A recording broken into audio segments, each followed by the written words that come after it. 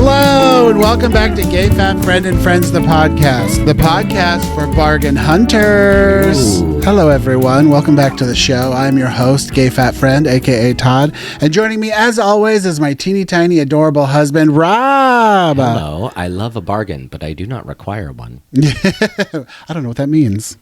I mean, I love a bargain, but I'm saying you'll pay a full price. Yeah, it does not have to be one for me to be excited, though. Oh, gotcha. Okay. Like I'm easy like that. How's it going? I think I've just summed up the last week for me pretty well, unfortunately. Yeah, we have paid full price for many things. Yes. Anyway. But also we love a bargain. We went thrifting yesterday for a new piece of furniture. Which was fun. Yeah, we never thrift because I think I've talked about this before, but thrift stores make me sad a lot of times, unless it's well curated, like the furniture one we go to. Yeah, I mean, like there are some that are kind of nice, but yeah, for the most part, often it is a little bit like, oh, here's a half melted Tupperware with no lid, $10. Yeah, what? Here's a literal empty jelly jar from the grocery store for $5. Like, who's pricing this stuff? Here's a trophy with someone else's name on it. This is actually trash, and that's the other thing. I don't know if it's my pessimistic brain or what, but all I see is dead people's stuff. I think about all the dead people. I was like, oh, someone's grandma died and they brought her entire set of china to the thrift store and it's just sitting here. I don't know, it just bums me out. Well, it's funny. I mean, because, I guess like some people find libraries to be kind of depressing, but like some libraries are depressing. Some aren't. Some are actually really great, like wonderful examples of what libraries are supposed to be. But, in the other case, sometimes it is just like, oh, it is a really weird kind of sad place. So I guess it is all about like what you're doing there. But like even then we've been to various consignment stores where some of them are like, I'm sorry, you think people are going to pay what for what now? Like, what? This is used. And you think people are going to pay, excuse me, what? Yeah, I mean, that's the story of, especially my parents, but I feel like every hoarder on the planet, everybody's always like, that's worth a lot of money. And it's like, to who? Everybody's their own Antiques Roadshow, but yeah, like on an extreme curve for their own personal reasons. But yeah, at least like where we went yesterday. It's only furniture. And it is a consignment store. Yeah, and it's really well curated and it's huge. It's the Ballard Consignment Shop in Ballard. Yeah. And it's all really good furniture, high quality stuff. Like there's no trash in there. I always think that I've seen the whole place and then I realize there's another showroom that looks very much like the other part of the store. So there's two showrooms that are very similar.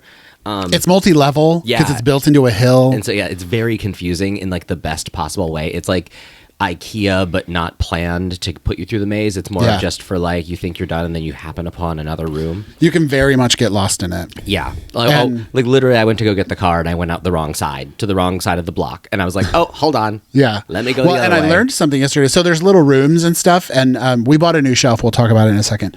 But there's little rooms everywhere. And yesterday when I went up to the counter and I was like, okay, I want to buy this. And she's like, okay. And then into her walkie-talkie, she's like, I have a customer picking up a shelf from bedroom 2. There's no beds in that room. That room only contains shelves and desks. It is a small room, though. But apparently they have little names for all the rooms, which is fun. That's funny because most of the beds are upstairs in the bed gallery. Loft. Yeah, but it is interesting that I guess like those are the three smallest self-contained through a doorway kind of rooms. Yeah.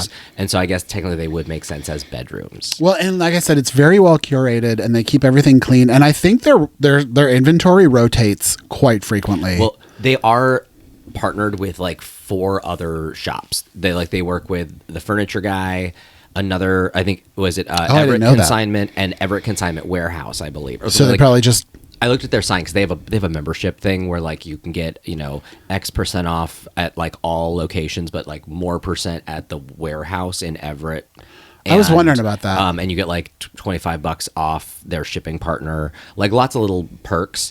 But at the bottom though, it listed like a bunch of locations, and they are all related. I think that's why we saw the giant iguanas move around a little bit. We'll talk about that in a second too.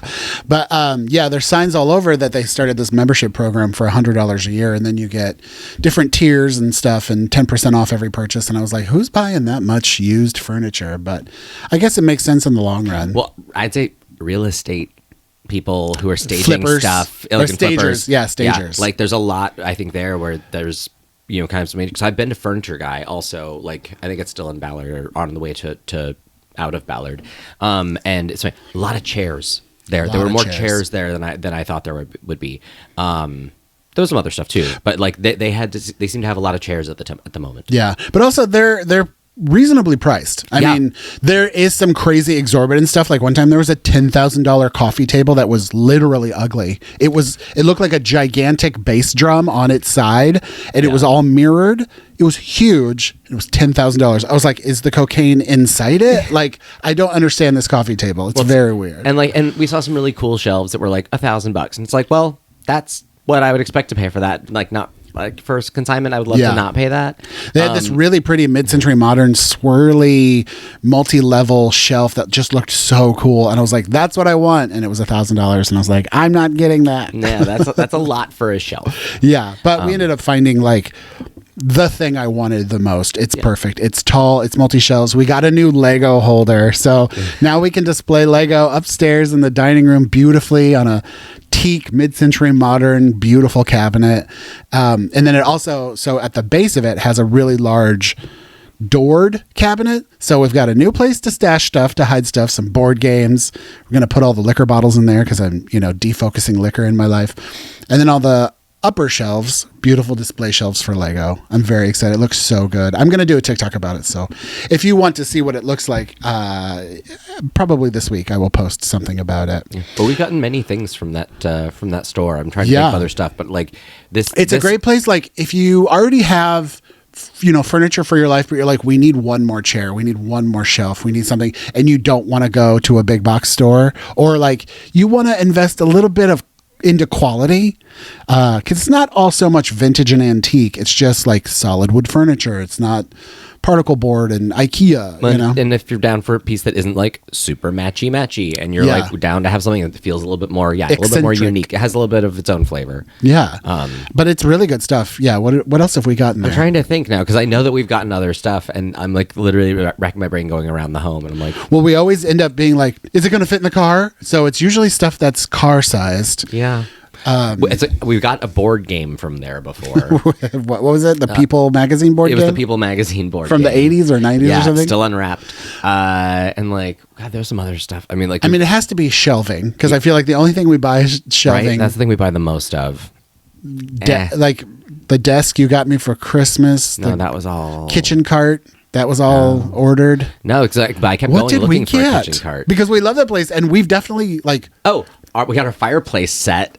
Like, yes, that was exciting. That was the first thing I think we ever bought there. That and the board game were in the same trip. We do a lot of accessories from there. Like, honestly, it's just been a thing of. But like, and as we were saying, where we get back to as an ongoing gag, much like the things that we've all seen in those. Oh, this desk. Was it this desk? I thought this one. That's what it was. It was this desk. Oh, hey. Because they also have brand new furniture that they get from like a furniture company, and I was like, when I start a podcast, I want to have a nice desk for the podcast because I'm going to film it and everything. And Rob was like, let's go to Ballard Consignment. And we found this for $200. And it was like right by the door when we walked in, and we were like, oh my God, that's perfect. So yeah, this beautiful desk where I do all my Lego and podcast. Yes. Okay. But our fireplace, it's like surprisingly hard to find a fireplace set. And I guess we could have just ordered one from like Amazon or something, but we didn't want just like the plain old black iron fireplace set. Like we wanted to have something a little, just a little more something. And they're kind of expensive. I think the ones on Amazon are even like $100 for the full set. Even ones that you would never choose are kind of expensive, and it sucks because like it sucks to have to spend a lot of money on something that you're like, well, this is it. Yeah, like this is the only option. Well, and then so we went to Ballard Consignment. And we walked around the store for a little bit, and then we found the one we ended up buying, which was this beautiful, never used, vintage, aluminum, mid-century modern set. And it was like right by the door. It was almost being used as a doorstop. It was just like, don't leave without me. It was like the right color, the right shape, the right metal, everything about. I was like, this is the fireplace set I've wanted forever. I have never seen a fireplace set that looked like this. And honestly, if I could have dreamt one, this would be it. Yeah. But like as a non-designer, I don't know if I ever could have actually made this. But it's something of like when I saw it, I was like, oh, yes, that was a fireplace set meant for somebody who hates the normal one. And it was only $65. And it's heavy, which heavy means quality. And it hasn't burned yet. It has a really good burned up and melted or anything. So, yeah, it has a really good wind chime effect if you bump into it, and all good fireplace sets. All the pieces kind of swing into each other, and it just sounds like a beautiful wind chime. Like, yeah, we really lucked out with that. Yeah, but no, so like as I was saying, like the mall. Have you ever seen those giant statues of panthers that are like stretching up a wall? Usually in like a Chinese restaurant. Right, yeah. Like there's those stores that sell just like the big kind of a little bit ostentatious, little gaudy eccentric furniture, statues. You know, a lot of animal print things and just large stuff. And similar to that, at Ballard Consignment, at one point, I saw a giant tabletop silver metallic sharp as hell iguana. Wasn't it either like mirrored or glittery? Like, wasn't it like disco balls? It was just very, very super silver. sparkly. It was just very silver. Yeah. Like, it was like high chrome. and I was like, you know, of course, making jokes about it because, like, if anyone falls in that, you will die. It was like spiky. It was extremely dangerous. Well, and it was bigger than your body. It was large. It was huge. It is meant to cover a coffee table. Like when I said tabletop, wasn't kidding. It's the entire tabletop. Yeah. And so it just became like a joke. And then of course, like later we're driving to Costco and I look over at the furniture guy and I see a giant iguana like that in the window. And I'm guessing it probably just got moved from shop to shop until it finally got sold. But every time we drove by it, I'd make a comment and then all of a sudden it was gone. So I'm hoping that somebody adopted it and gave it a good home. It's just one of those things that you're like, who's buying this? Seriously, stuff? like I'm invested now, but I wasn't enough to adopt it myself. But I am invested in its future, and I do want to know, and I hope it's doing well. Well, it's funny, like you said, it's halfway on our journey to Costco, so every time we pass it, but you seem to forget every single time now, and every time we always stop at that stoplight, I'm like, hey, did they sell the iguana? And you're like, what? And I'm like, we're by the iguana place, and you're like, oh, like well, I've since you were given so up on it now yeah. because, like, you know, after a handful of times of not seeing it anymore. I will move on. Yeah, you were so obsessed with it. I'm not the dog that found a pie under the bush that one time. Like, I don't have to check that bush forever. Yeah. But like I said, we got a new Lego shelf for display, and I'm very excited about it. It's very beautiful. Look at us enabling. And it's like nice and tall. And now I have room for the Titanic. This feels like end game content. It will happen. Oh, yes. It will happen. The other thing I wanted to talk about is like it's finally like officially warming up in Seattle, even though it's still freezing, but it's the yard, the grass, it just grows so fast. And we rent our house, but part of our lease is that we have to take care of the landscaping.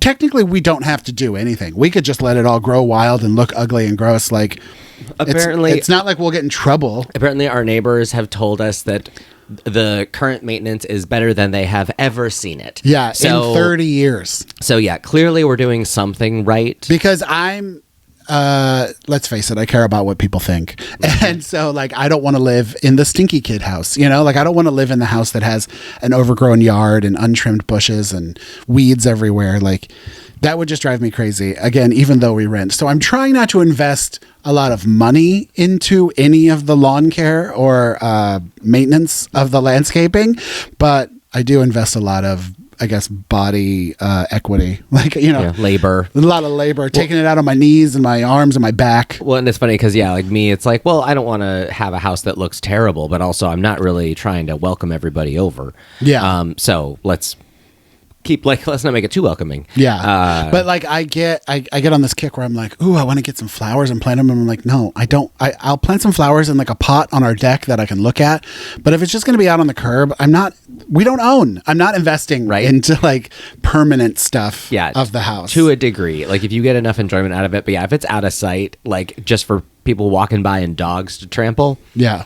No. Well, because when we first moved in and I cleaned up all the bushes and I took care of the grass and I made it all nice, one of our neighbors somehow like casually mentioned, they were like, oh, you don't have the ugliest house on the block anymore. And I was like, oh, this was known as the ugliest house on the block? Great. I never heard that one. Way to go, former tenants. What a backhanded compliment. Yeah. And then another neighbor told me the other day when I was out like weeding and cutting grass and stuff, she was like, by the way, this is the best this lawn has looked in 30 years, and the 30 years that I've lived in this neighborhood. And I was like, wow, thank you. And in my mind, I'm like, it could be a million times better. So what did it look like before? Well, I mean, the fact that like we live in a neighborhood where very few people have sprinkler systems, like it is kind of a little bit of a laissez-faire kind of jam until like city, not neighborhood. Yeah, neighborhood. No, city. We live in a city that people don't have sprinklers. It's Seattle. Yeah. Well, I guess no one has sprinklers. I thought there were other places that might have. Like, you know, like I only really pay attention to where we live. Yeah, no. So I guess like, fine. We're in a even larger area, a city where not a lot of sprinklers. Because we're from LA, where sprinklers are everywhere. Well, they're required. Yeah. And so like otherwise everyone would be outside watering their lawns all fucking day. And so like this is a thing where like we are just so reliant on nature watering things that like we always notice that during the summer just most of the lawns just dry out. Yeah. And stop being, you know, to tend to them because they just dry out. That's I think a lot of people don't know about Seattle is like it does not rain pretty much for the June, summer. July, and August. Yeah. Or July, August, September. It won't rain at all. Yeah. So yeah, by the end of the summer, everything is blonde. Yeah. Everything here is just dead. Yeah. And which so, is nice because then I don't have to cut it.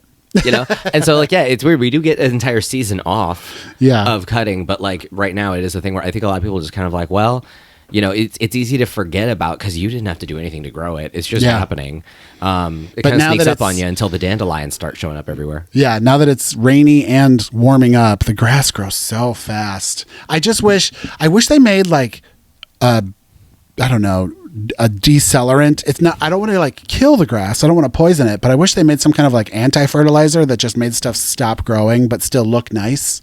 Does that exist? Anybody out there? Is there a powder I can sprinkle on the lawn to where it'll still be green and short, it just won't grow anymore? I think you're looking for now some sort of like lawn cryogenics. Exactly. Where like the base is kind of frozen just to kind of slow it down. Yeah, how do I slow down the growth of this goddamn grass? Because Turf. It's just, well, and the thing too is like we have so many awkward places, you know, like the little tiny curb section and then a weird random hill. And it's so hard to get the lawnmower because it's a push lawnmower. It's so hard to get it everywhere. And it's so much awkward work. The fact that like our lawn is a tri-level experience and there's no rampage to get you across any of them. Yeah, two people in order to like cut the grass with the lawnmower that we have. It is a lift. Two people have to lift it across two different. You can't do it by yourself. Yeah, like it happens twice: a lift to and fro, and another lift to and fro. Yeah. In order to cover all of our grass area, and so it is a hassle. It's a pain. And then, like I said, it's mowing on a slant on a diagonal, which is just when you're pushing a lawnmower and it's like diagonal, and you have a lawnmower where the gas can pour out while it's on it's also just frustrating. At least I will say this is not as bad as the lawns I mowed in Palmdale because like we had full like hill front yards and so like you had to go at a diagonal or you were just going to lose the mower. So you had to go at an angle. Or it would actually kind of want to roll. It was a terrible situation. And then the backyard, I remember one of them it was a really short little flat area and then a full on just berm.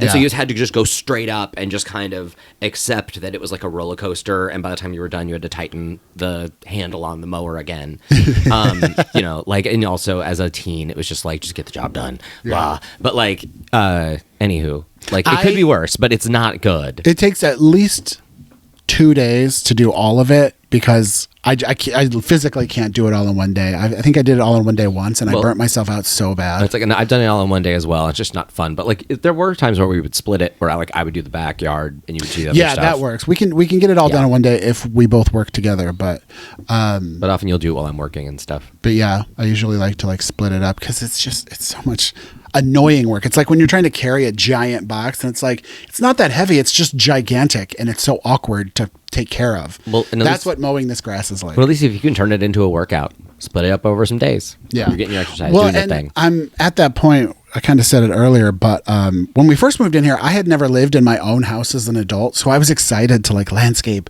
and cut grass and clean outside and make things look nice.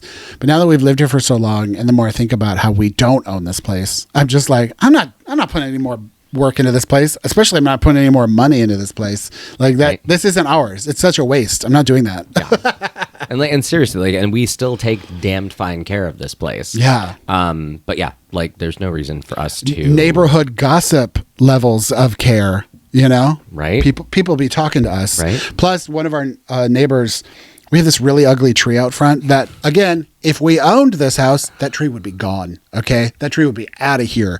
But we don't own, and I'm not going to, like, pay to chop down a giant tree. I'm not going to cut it down because it doesn't really affect my life besides it being ugly. And also, we're not qualified to cut that tree down because there's, like... It's literally entwined in power lines. Yeah, like, that's not our thing. Yeah. But our neighbor, I think the tree might block part of his view because we live in a hilly neighborhood, so our neighbor's actually above us, and I think he can see like the water from his house, and I think that tree is blocking his water view.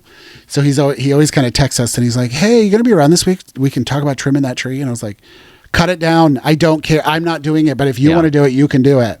So finally, he got like a special chainsaw thing, and today he was like, "Hey, I got time today. I think I'm gonna trim that tree." I was like, "Have at it, sir." And I went out and talked to him, and we decided which branches to remove, and he did it all. And another thing is like we're beholden to the green bin, because like I'm not going to pay somebody to come and pick up branches, so I'm going to do what I can to fill our green bin and have them take it away every Monday, but I'm not going to go above and beyond that, especially not paying money to have a tree removed. Oh, but sorry, and rolling back though, for the record, we are not speaking about trees as if they can just go willy-nilly without thinking about our landlord, just for the record, because we are still like, you're just like make it sound like, whatever, screw it, we don't care. Obviously we're not attached to the tree, but neither is our landlord. We've checked. Yeah. I'm just saying, for the record out there, because you make it sound like we're just like, we don't own it, fuck it. And I'm just saying, like, you skipped an important... We still talk to our landlord. You skipped an important bit of consent, even though she doesn't care about anything. But you did skip a bit of consent. Yeah. Just saying. Anyway, our neighbor was like, well, we have gardeners that come every 2 weeks, and they're actually coming in a couple days, and whatever I pile up for them to take, they'll just throw in their pickup and take. And so if I trim the tree today, they can take all the branches away. And I was like, do it. Just get rid of all the bushes and the branches and stuff. And he cleaned it up. Take them away, toys. Cleaned it up, and it looks so bright and springy and nice. But yeah, my hands are clean. I had nothing to do with it. Yep. And then what else do I want to talk about? Oh, all of that to say, I like to call it man work. That's doing man work. Being outside, getting sweaty, getting stinky. What did you call it when you were growing up? I think I just called it like just doing the yard stuff. Like, I think I did that literally as a suburban kid, like you went out and you mowed the lawn.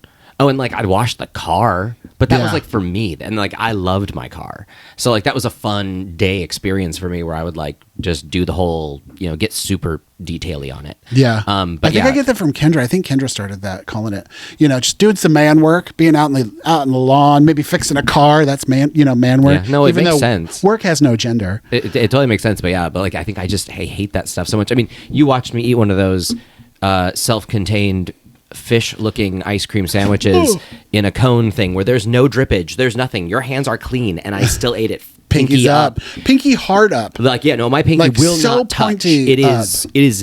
If it could bend backward and run away, it would. Like it is literally as desperately far away from anything as it can get. Yeah. It does not want to touch. I don't know why. It just hates it. You also eat ice cream angrily. I do. I chew it.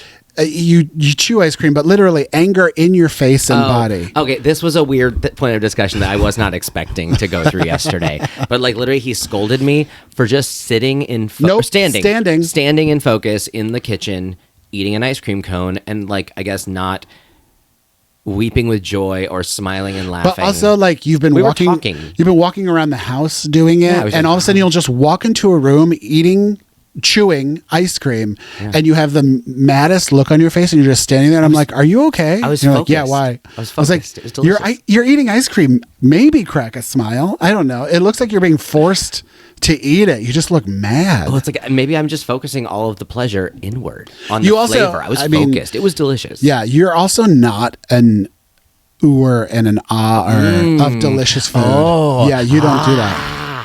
The cameras weren't on me, man. I'm a very vocal eater. Yeah, like I don't need a camera to do it. I'm just saying, but like I didn't have to be like, oh, it's so creamy, and the bits of cookie are just coming through. You don't have to describe. I know. it. I'm just saying, but like I don't have to emote to anybody. I'm eating a fucking ice cream cone by myself. Like this is a solo job. You're doing it at me. I was walking through the kitchen. You came in while I was doing Legos the other night and just stared at me while you were. I was enjoying the Lego watching while eating an ice cream cone. Like, and it's so loud and crunchy. I was like watching chewy. television while I eat an ice cream cone. I'm allowed to enjoy visuals while I eat. I know. It was just very awkward. But like, why are you so mad? You're eating ice cream. But also, I am very focused because once I do make an ice cream cone, my goal is to devour it as quickly as possible because that ice cream better not get soft or drip. So weird. So like, what a weird, creepy thing. I don't want to mess on my hands, like, or anywhere else. So like, my goal is to get that cone in my body as quick as possible. Plus, I like chewing ice cream, so it needs to be hard frozen. So yeah, like I'm focused. I'm busy. I'm on a timer here. I'm on a deadline. You are a strange little man, but that's why we love you. Good old weird Rob. Well, okay. For anyone that doesn't want somebody mmming and eyeing while they eat, you're welcome. I'm a quiet nommer. You just make it weird. Speaking of weird eating experiences, I'm kicking myself for doing this, but when Rob was out of town, I've been craving sushi. I don't know if it's my Zepbound injections or what, but I've been craving seafood, which I don't normally crave seafood. Like it's a dish. It's a cuisine that I like, but I've been like thinking about it and craving, and I'm not craving anything right now. So it's weird that I'm like, I need seafood. But when Rob was out of town, I was like, ooh, I get that craving. I'm going to go to our sushi place and get sushi takeout. And I got 1 roll and 4 pieces of sashimi for $45. And that place is always expensive. And I feel like they raise their prices weekly. Well, it's always been expensive. It's never been that expensive. Right? And I was feel like, normally for the two of us and getting like a chicken teriyaki thing, we're out of there like $70. I almost feel like we do more. I almost feel like I was overcharged, but it's like a place you don't get a receipt. And so, he handed me my bag and he was like, okay, here, your total's $39 or whatever. And everything you wanted, I had to tip in the bag. Yeah. But I was just like, with tax and tip and everything for takeout, $45 for just the tiniest little handful of sushi. It was delicious, but I have to stop going there. Yeah. I can't pay that for sushi. Like, you don't even pay that much per person to go to like a fancy sushi place, No, like that's the crazy thing that is just, and like honestly, my hat is off to Chipotle for I feel like they have raised their prices probably the least when it comes to the food item. Like their sodas are getting stupid. It's like $4 for a soda. It's like that's movie theater pricing. Yeah. And I get it. It's a markup people will pay, but stop it, please. But no, like at least I feel like they've marked up their meals the least compared to like, talking about like Carl's Jr., how much just a double cheeseburger is like $12 now. Like just a burger. Yeah. It's crazy. And so it used to be $4, right? Well, called a $6. The $6 burger was actually $4, and the whole thing was that it was a $2 price difference. And now that thing's just called the Big Burger or the Big Carl. That's the Big Angus. Whoa! Or it's the Angus beef burger or something. It's because the Big Carl is not that. The Big Carl is a simplified version of the famous Star. Oh, okay. And Superstar is the double. Did we just talk about this last week? I think so. But we can get into that level of detail of other stuff. Yeah. But no, like it's wild how much a lot of stuff has gone up. But like I actually feel like Chipotle has gone up the least, which is kind of remarkable. Because we went from $5 footlongs to God knows what at Subway. $15 footlongs. Right? And I feel like I was paying $12 with guac at Chipotle for a long time, and now I'm paying like $15 or $16 with guac. Yeah. Like it's not that much more. At least to me, in my head, the way it's working, like even McDonald's is stupid. Yeah. Well, and like I haven't checked on the sourcage of this sushi place. But in my mind, the sushi that I order comes out of the water right here. Like this sushi is coming out of this water. Right. Literally, why is it so freaking expensive? And I feel bad because I'm just not going to be able to go there anymore. Yeah. But also, we talked about this way at the beginning when we first moved here. Seafood is for some reason, especially when it comes to like sushi and poke, oddly expensive in Seattle. A city where it's surrounded by water that fish comes out of. I don't know why seafood is so expensive in this town. Is it just that we're not eating enough salmon? Like, is it just a breed of fish that is specific to this area? We don't eat salmon and we don't eat Dungeness crab. Right? Because, I know, like, you love lobster. Lobster is the other... You cannot find lobster here. It is so hard to find lobster here. It's closer to the other Portland than it is to this one. Mm-hmm. So it's like, I know that... Like, there's some stuff that is specific, and I know we have a lot of salmon happening here, but I don't care for that fish. I have no idea. Isn't yellowtail just a type of salmon? Yellowtail's tuna. Or, that's it. Like, it's tuna, and then, yellowtail tuna. So, like, the two things I get are both tuna, typically. But I don't know what our tuna supply is like. It all comes out of the Pacific. Oh, okay. So... I don't know. It's like, why is this? Also, it's not like it's a fancy restaurant. It is a dive shack sushi and teriyaki place. It has 4 tables. It's next door to a nail salon. Yeah, and a CVS. And it's tiny and shacky. Not a good CVS. Yeah, it's very like shack-like. I don't understand why this place is charging fine dining prices. Yeah. Again, I think I got overcharged. I might go one more time and itemize the receipt to be like, why was this so expensive? I'll do it too. I will follow up. I'll just go there and stand there with my arms crossed like your security. The muscle. Yeah. Yeah. Well, you're like the in the old dog cartoons, like the little Chihuahua was the muscle, and the big bulldog was the one that The like softie. stayed behind. Yeah. Well, it's like even like yesterday while furniture shopping, when it was a matter of like, we think we want this, and I was like, go put a hold on it, and he was like, well, we need to keep looking. I was like, go put a hold on it. Like, we are not coming back here and finding out that this thing has been claimed. Yeah, which has happened to us before. And I was like, while you go, I will stand here and I will guard it. And like as I said that, like I think I said, I was like, you go, I'll fight anyone off. And as I said that, somebody walked in and looked at me, and I was like, and I immediately put my hands up, and I was like, you heard me. And so at least like we got to have a little bit of a joke, because otherwise it would have been really weird. You made a connection with some gay strangers. It was fun. The Seattle freeze was briefly melted for a second, but then immediately frozen again. No idea who they are. We will never see them again. Don't even know what they look like. But it was a very fun experience while I was there, because we got to share some laughs. Yeah. But yeah, no, it's a good thing, because people were looking at it after I had already taken the tag off and held it. like literally, they even said, "Oh, hey, can we see that?" And I was like, "You heard me though, right?" And I was like, and they were like, "Yeah, we're not gonna buy it." And they were like, "Oh, that is nice though. That is like, honestly, that's a good piece." And I was just like, Yeah. "Thank you." But like, you could see that they were kind of like, if you weren't getting it, we might be considering Thinking about it, yeah. So I'm glad we did what we did, because frankly, earlier this week, I tried to do a shopping thing where you had to be at a place at a certain time, and I got there like 1 minute too late, and it didn't work out for me, and it was a bummer. And it was one of those things where I realized, like, you know what, I'm not cut out for that. And like, when you can secure something, just do it. Yeah. Just do it. Well, that and we didn't have to started- buy it. That was like, that was just hold it. Yeah. But also that started a few years ago with Record Store Day. You're like, you know what? I'm not going to fight people. I'm not going to wait in 6-hour lines. I'll just pay the convenience tax and buy it off eBay from the flippers. Yeah, it sucks. I don't like contributing to that. Yeah. But like, the easiest path forward is always the best.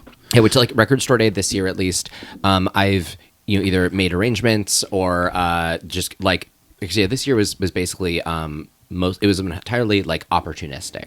Basically, like people either reached out to me or like as I was in stores, I was able to find some stuff that I would never have gone out for, but was lovely to see. And so it's like, oh yeah, I'll pick it up.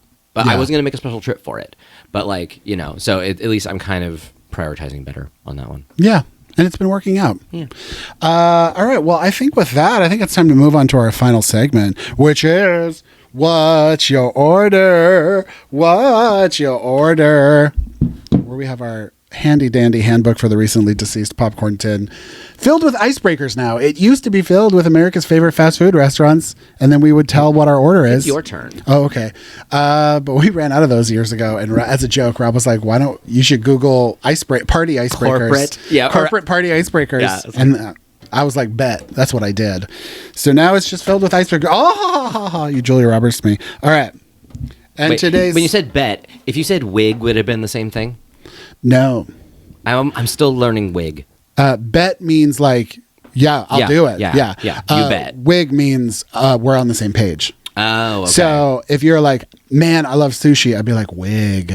Got it. Me too. That's not a you like, bet. Wig is like acknowledging that you agree with something on a certain level. Okay. No, so I'm learning.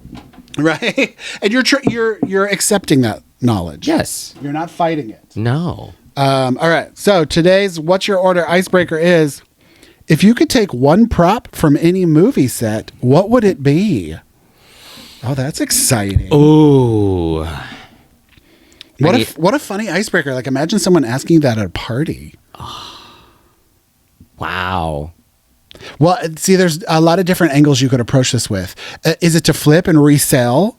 Is it to keep forever? Does it get to use the powers it has in the universe of that movie? Might have conditions, but it's fine. I didn't even think about a prop that would be like functional in the way that it was meant to be in the movie. Yeah. I was literally thinking of like, you take the thing that was screen used in the movie. Like, if you just want, memorabilia objet for the home, Well, that's one thing. I have two answers. Like, Okay. and I'm going to go with both of them. Like, I actually get one and I get a backup on this one. Okay, great. But like, I'm 100% grounded in real life. Yeah. Like, these are screen used and used as the way they are meant to be. So, like, do you want me to go or do you? Yeah, no, you go first. So, just as objet dart, like just something fun for the home. And that's why I have seen recreations of these on Etsy, and I probably should get one, honestly, because a friend of mine has one, and it was actually, I think, how he was proposed to. The ring was in it. It's the blue metal cube box with the key from Mulholland Drive. I want to say that's how Brian and Michael got engaged. Okay. And he had that cube in his office, and That's it was funny. gorgeous. And like the one in the movie is so cool, and it's such a great like moment, but also like especially with the loss of David Lynch, I don't know, like that feels like if I could have one thing, that'd be the coolest thing to have. Like if I had the one. Yeah. But like when it comes to things of movies that I would just love to have, frankly, I would love the oh my god, no, I'm blanking on the type of car it was from The Graduate. I think it's like just I think it's Alfa Romeo. I want that car. Like I love that car. And it's like, wait, which car is that? It's just the one he drives for like the entire last act of that movie, the red little convertible. Yeah. I love that car, and it would be awesome to have like the screen used Graduate one. Like that's where it comes with conditions. It would need to be kept up and able to be driven, and still operating like it could even be in a museum at this point. Might be. A little Googling, I'm sure we could find it. But yeah, how cool would that be? Yeah, like seriously, just I feel like that car is almost a character in that movie for it not being like a DeLorean in Back to the Future. Yeah, like it is at least one of the cooler screen used, survives the movie, just runs out of gas car. It's left on the side of the road. It is not crushed or crashed or anything, so at least like I don't know, I don't know, so I think those are probably my two answers. Well, those are great answers, and I would allow those into the home. Those are both two of my favorite movies as well, so like it's just they're really great little reminders and kind of fun pieces. For me, I would have to say like just as like memorabilia to keep in the home, although I was thinking about it, since I don't want to ever like reference or think about Harry Potter ever again, I guess everything could come from the same movie. But like, I definitely want memorabilia from The Wizard of Oz. Something that was screen used would be amazing. Like the Wicked Witch's hourglass is iconic and was recently discovered. I don't know if it was recently discovered, but someone had it in a collection where it was just like sitting in a room, and someone had altered it and turned it into a coffee table, like put a table on top of it because it's very large. Yeah. But it was discovered. That's the thing. Like back in the day, movie props were just property of the studio, and they didn't care about them, and they threw most of them away. Like a lot of it went into the trash. So, or how many things just get reused across other movies? Yeah, and just like, well, that lamp has more screen credits than a lot of actors. They treated props and stuff in movies like plays. Like they just reused them over and over. In different stuff. But yeah, so any memorabilia from The Wizard of Oz, like obviously the ruby slippers. I was like, the billions of dollars. First thing that is always thought of, I would think. Yeah, even costumes. I like costumes. Like, not that we have the kind of home where you can display a mannequin, but if we had enough room and a dress form, and put Dorothy's dress on it or the Wicked Witch's hat or something. But then like magical prop too would be the witch's broom, because then we could just fly everywhere, and how fun would that be? To fly around on a broomstick. Right? Well, I mean, in that case, I wouldn't mind having a flying monkey or two. Exactly. Like, that'd actually be a really fun takeaway from that one. Yeah. And those, that was all like prosthetics and stuff on those monkeys in the movie, screen used. And you can buy like swatches of, like I think like literally a lock of the lion's hair was just sold, of just like a chunk of the mane that had, because I think that costume was like falling apart. I imagine like all the rubber in that probably just very, so you can just buy dry. Like a chunk of the lion's hair. You can buy like certain parts of the monkey's makeup and stuff. Oh my god, it feels like the end of Mean Girls where everyone gets a piece of the crown. Yeah, like exactly. It's like, oh, we all want to be friends of Dorothy here, and we all want a piece of the Wizard of Oz. So right, and like where's that crown? I love also finding out like where stuff ended up. A lot of it nowadays is in the Smithsonian and stuff like that, private collections. But I love seeing stuff where like, where did that end up? To go into a joke, it's like, oh, I want the cane from Citizen Kane. There's no Kane in Citizen Kane. Simpsons reference for anyone. That's a Simpsons quote. A good one, and we make that reference frequently. But when I was a kid, I was obsessed with movie, especially screen used movie memorabilia, because I was like, I can't believe I'm in the same room as a lamp that was in a movie. Right. I was so obsessed with movies when I was a kid that anything that was on TV or in a movie, I was just like, wow, John Goodman drank from that mug on Roseanne. I mean, that's amazing. Seriously, like Universal Studios is mind blowing to anyone who values like screen entertainment that is, I would say, aged 5 to 16. Like that is just a magical time to go to Universal Studios. And after that, though, then it's like you're more adult and more aware probably, and it's just kind of over. Or I'd say maybe in earlier teens, but like it is a thing where like your tween years and like your kind of like older kid years, that is, if you care about entertainment and stuff, it is mind blowing. And it is so, it's incredibly, it's easy to get starstruck by just like, seriously, here is a lamp that was in a movie, and you're like, holy shit, that was touched by Rob Lowe, or a hand double in a close-up shot. Yeah. Like, crazy. Well, the first time I went to Universal Studios in Florida, I think I was like 10 or 11. It was after Jurassic Park, but they had one of the actual screen-used Jurassic Park SUVs with like the glass roof. Yeah, the Jeeps. And it was one of the screen used ones there that you could like touch and you could take your picture in front of. I have a picture somewhere standing in front of it. And I almost cried because I was like, this is in my at the time, Jurassic Park was my favorite movie. And I was like, this is like my favorite movie. And this was in the movie and I'm touching it. That's crazy.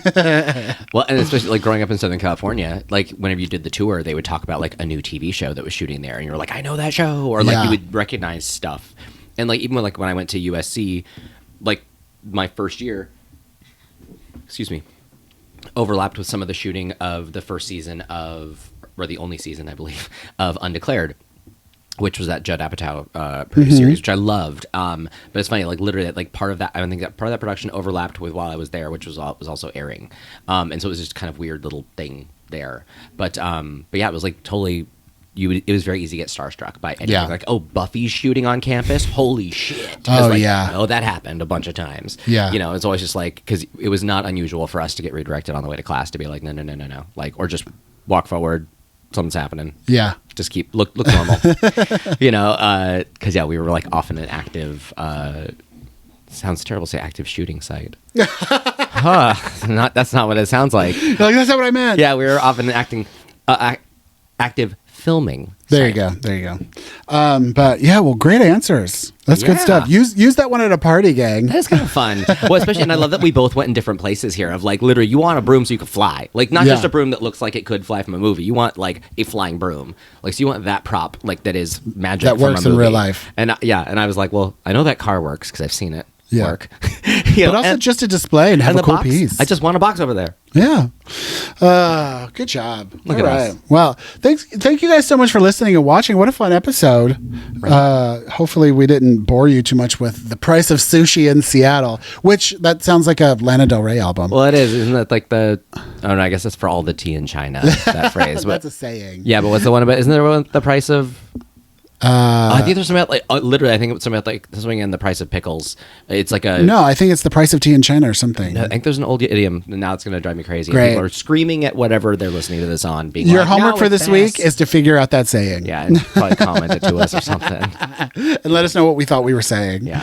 But thank you guys so much for listening and watching. Don't forget, we come out on Apple Podcasts, Spotify Podcasts, and YouTube on Wednesdays, and then we come out on TikTok on Sundays. And thanks for liking and watching and subscribing and sharing and all that good stuff. And we'll see you next week. All right. We love you. Goodbye.